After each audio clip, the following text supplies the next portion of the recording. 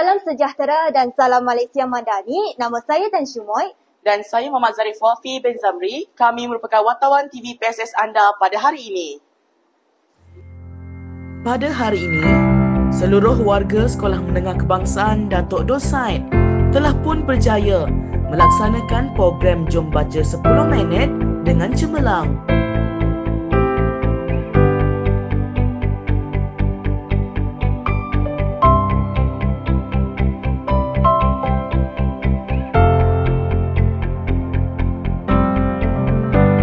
Semua guru, AKP, murid dan pekerja swasta telah menyahut seruan ini dengan penuh suasana yang ceria dan harmoni.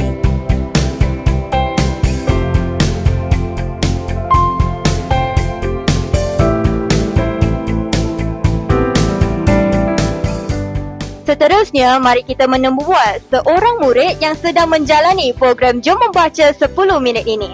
Adik, siapa nama kamu? Afif Mukris. Apakah pandangan Afif terhadap program ini? Adakah ia bermanfaat?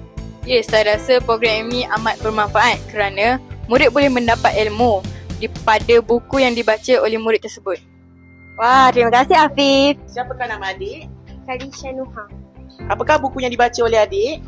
Saya membaca buku yang bertajuk Tuhan Aku Ingin Hijrah. Buku ini diceritakan tentang motivasi. Okay, terima kasih adik Khalisha.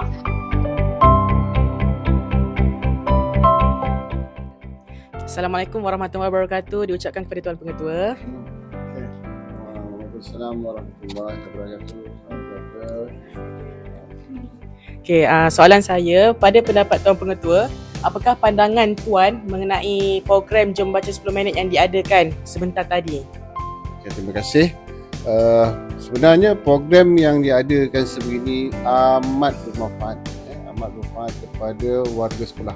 Bukan sahaja pelajar, tapi yang meliputi guru-guru dan juga termasuklah AKP, kebersihan dan juga jaga pengawal keselamatan untuk mengambil bahagian dalam program ini.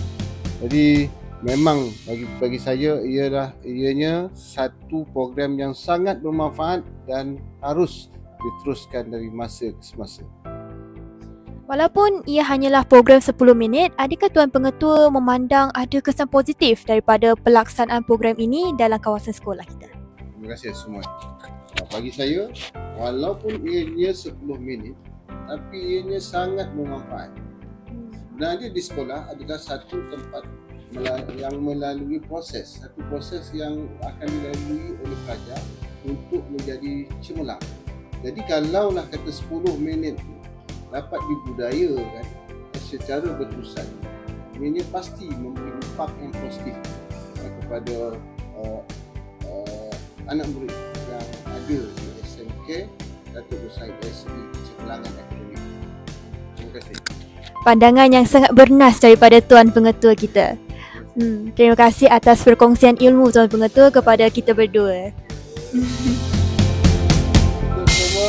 SMK Datuk Dosaid nombor 1. Program Jom Membaca 10 Minit